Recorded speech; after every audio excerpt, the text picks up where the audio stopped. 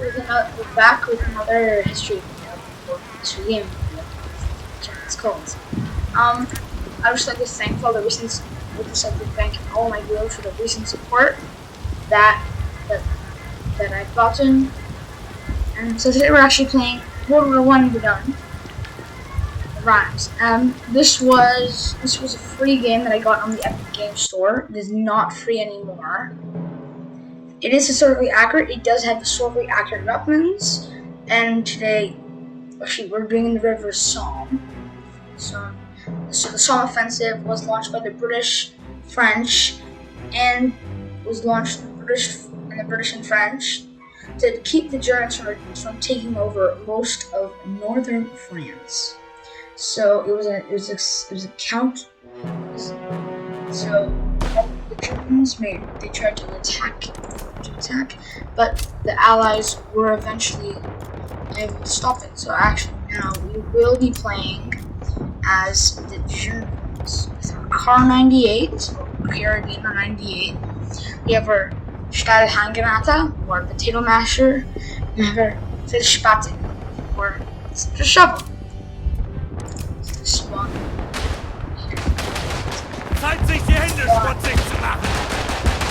I don't know German. If anyone knows German, please tell me what it means. Yeah, I'm trying to learn.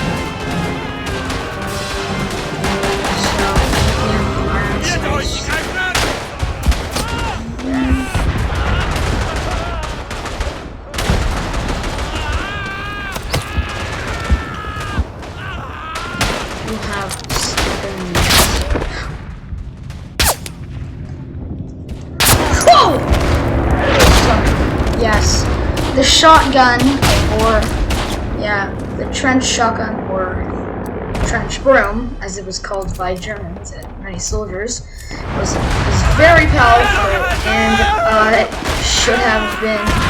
And the Germans actually petitioned for it to be banned after the war. As we all know, that did not happen. And shotguns are still used a lot nowadays. And they've actually taken off in popularity as but they're still better. Just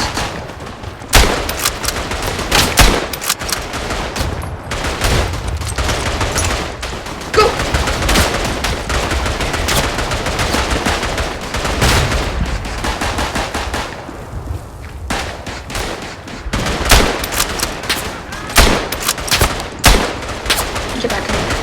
So, trench warfare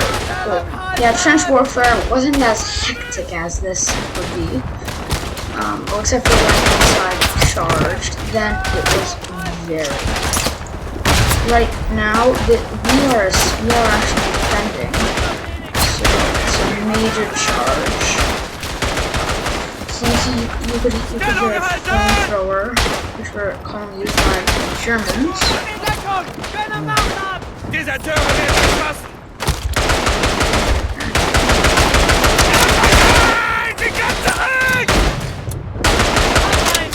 Okay, so let me so most trenches weren't as neat, or well, how do you say,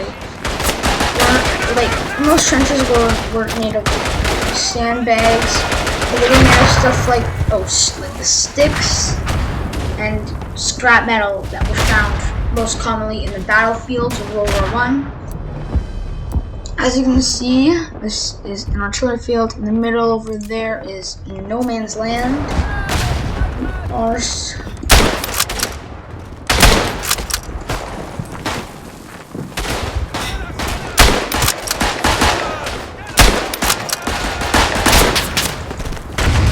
So you do have the car, which was actually a very good. Which was actually a very useful weapon. It was reliable. It had some aim, but most because remember, Germany was the German Empire now. and it was mostly Prussian.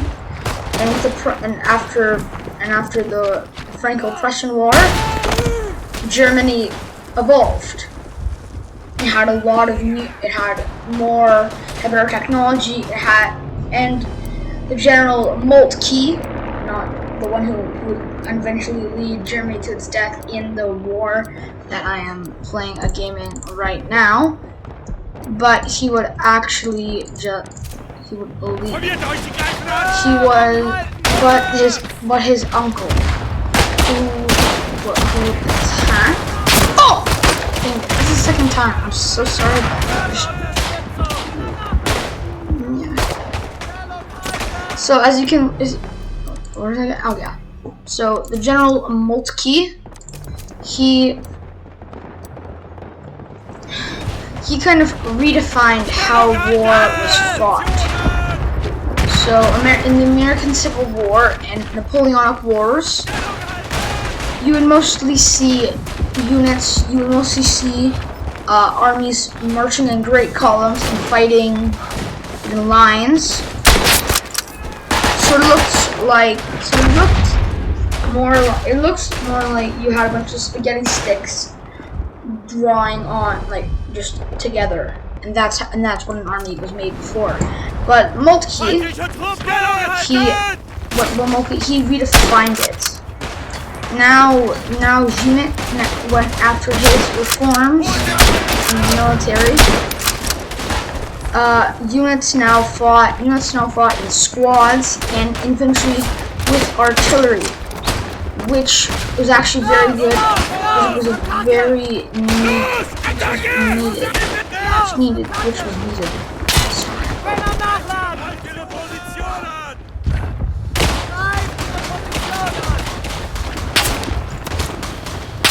Which was needed a great deal because say you have a bunch of cannons and because artillery before it was small motors and cannons right before the big leap after 1880 when larger motors were developed, unlike this. So you had howitzer batteries, which were very powerful. And you had a lot of field guns, which could actually take out tanks and trains too. So when you have units that can actually fight back against anyone who's trying to attack and destroy your artillery, then you actually have a much better chance of keeping it alive. And you can actually deal more damage to the enemy and lower their force a significant deal. Gas masks were very important.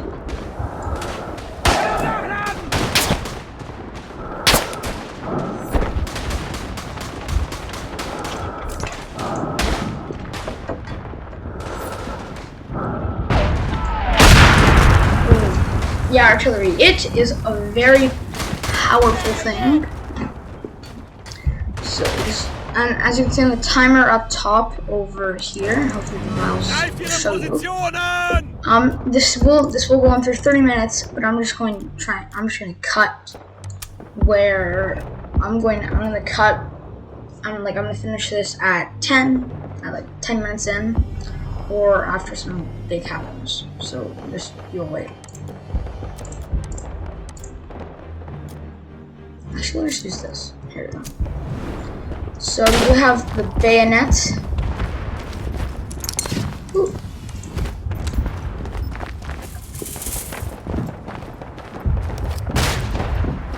How do you? Yeah. Okay. So can bayonet charge, which was very powerful. Well, it wasn't that powerful, but you wouldn't want to. With modern guns, it became ineffective. It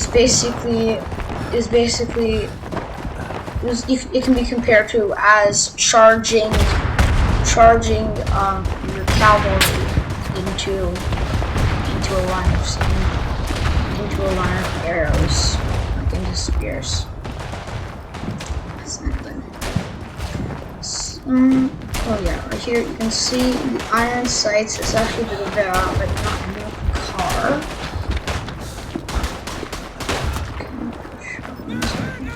I'm out of grenades. That is so sad. Ooh.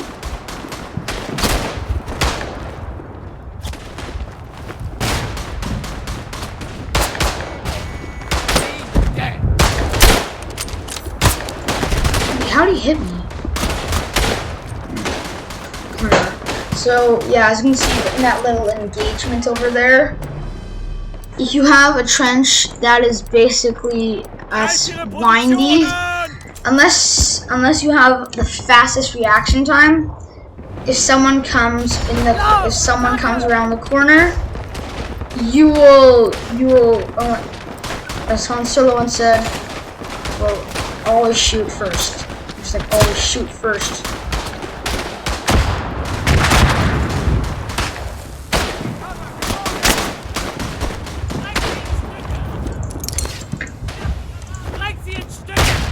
Yeah, so throwing grenades was it was effective. Okay, so there you go.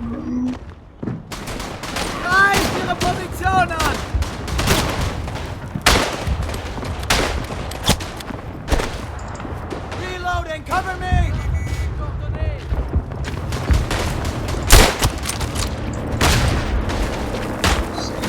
I knew he was there, and I knew. Oh, that was a bad engagement right there. See, but just me. Being in a war, it was traumatizing me. An artillery, with shell shock. Your best friend could have died. Like could have died, and you wouldn't be able to get over that. War is hell. Trust me. Well, I don't have any experience with that, but I do have. But I'm sure that that everyone has at least some ancestors who have participated in a war. Oh, that guy's dead. Yo, run! Don't. No, that was an Australian orc. Attack. So I'd like to thank everybody for watching. Have a good day, and just remember, always be interested in history. And remember, today is actually coming up soon. So make sure you donate to any of the foundations that help veterans of World War II and latter wars. So thanks for listening. Thanks for watching.